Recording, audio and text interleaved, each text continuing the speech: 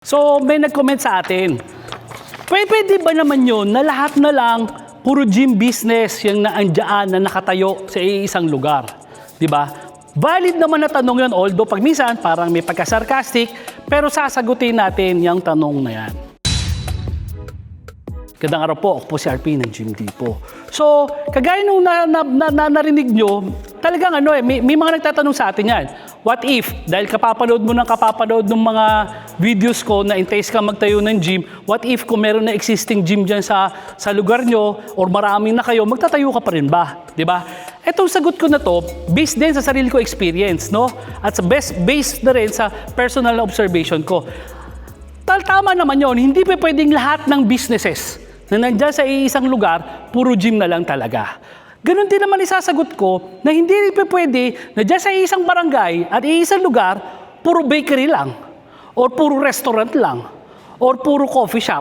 Hindi mangyayari yun, di ba? Hindi mangyayari yun. Pero, sino ang makikinabang doon? Ang makikinabang doon, yung mga nauna at naglakas ng loob magtayo ng sarili nilang negosyo. Ito, hindi na natin pinag-uusapan dito yung yung gym business. Kahit saang negosyo applicable yon. Kaya nasabi ko, hindi pa pwedeng lahat kayo dyan, iisa ang negosyo. Pero ang makikinabang talaga dyan, yung mga tao na nag-umpisa. Okay, balikan natin ngayon yung gym business. So sa gym business, ito yung personal na observation ko at experience ko. Okay, dito sa Cavite City, nag-start kami ng 2008, dun sa maliit kong gym, 2008. Okay, so yung maliit kong gym, noong 2008 up to 2013, garahe lang yun, 30 square meters. Kumikita kami ng maganda doon.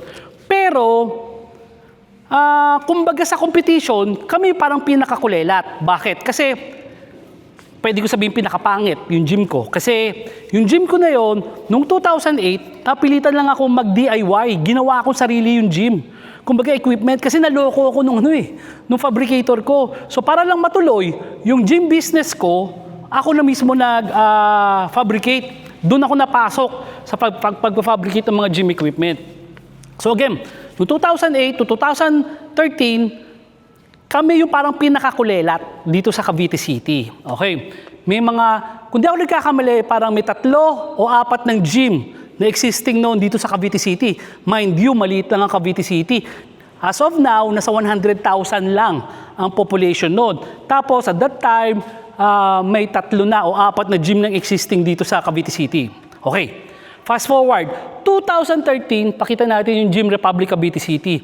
So, mula sa 30 square meters na gym, nagtayo naman kami ng isang 1,200 square meters na gym. Okay. So, ngayon, pwede ko sabihin na isa na kami ngayon sa mga maayos at malalaking gym sa Cavite City. Di ba? Ang iisipin mo ba, lahat na lang ng mga taga Cavite City pupunta sa'yo para mag-gym? Hindi. Bakit? Kasi, una, iba-iba yung demand, iba-iba yung market. So, doon sa mga gym bakal, meron ako na-attract na mga market dyan. Okay. Tapos, ito ngayon yun. Since 2013, kung di ako nagkakamali, may 3 o 4 pang gym na nagtayo. Okay, 4. Sa 4 na nagtayo na gym, yung isa nagsara.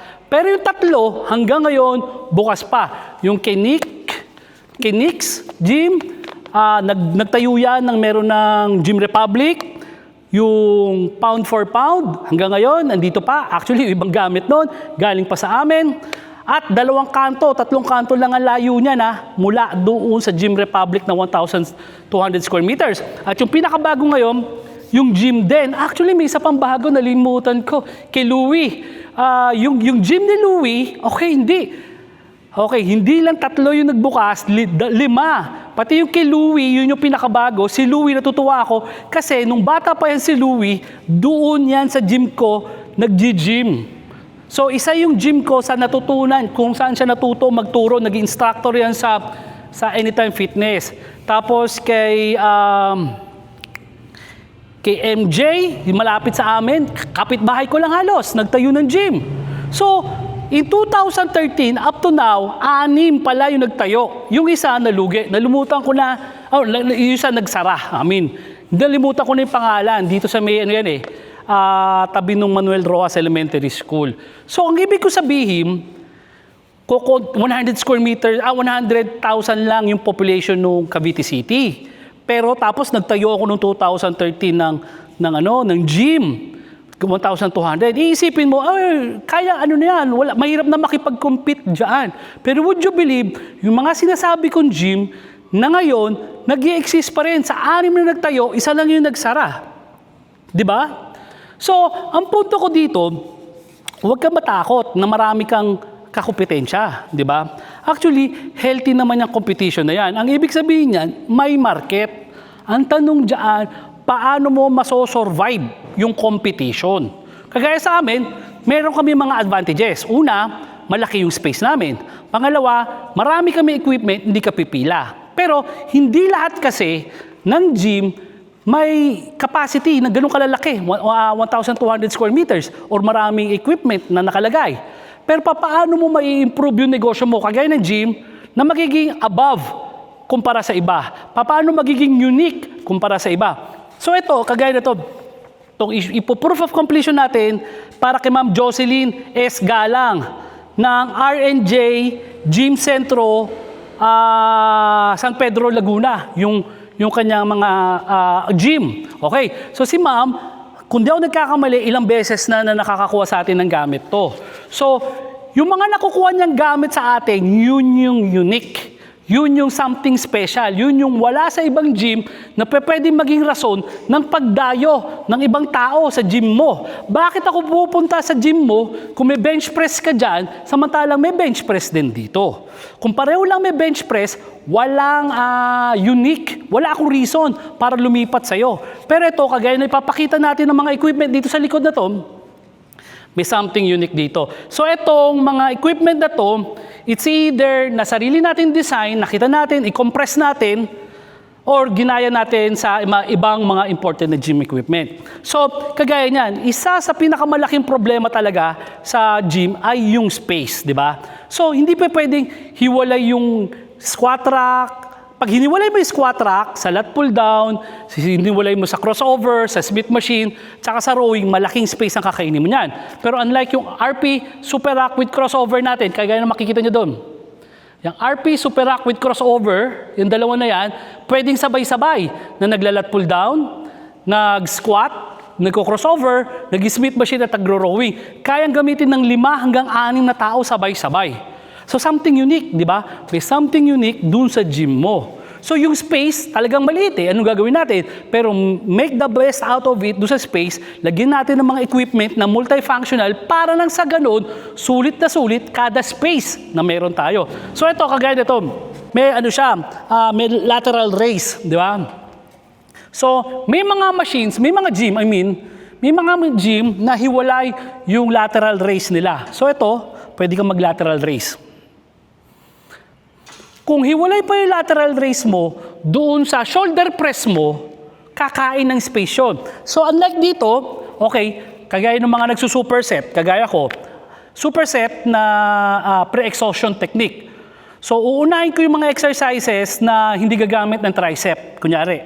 Kagaya ng lateral raise, shoulder exercises to, pero hindi gumagamit ng tricep to, di ba?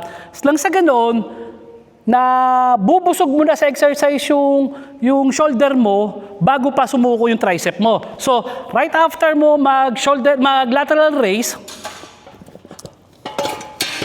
pwede kang mag-shoulder press kagad. Hammer isolateral shoulder press. Di ba? So, isipin mo, sa ganito kaliit na space, 2 exercises yung magagawa mo. Nakakombo ka. Di ba? So, ngayon, yung space mo, nasusulit mo. Di ba? Etong makikita mo rito na equipment para din kay Ma'am Jocelyn. So ito, hip thrust to. Pasok ka rito, taas mo yung puwet mo.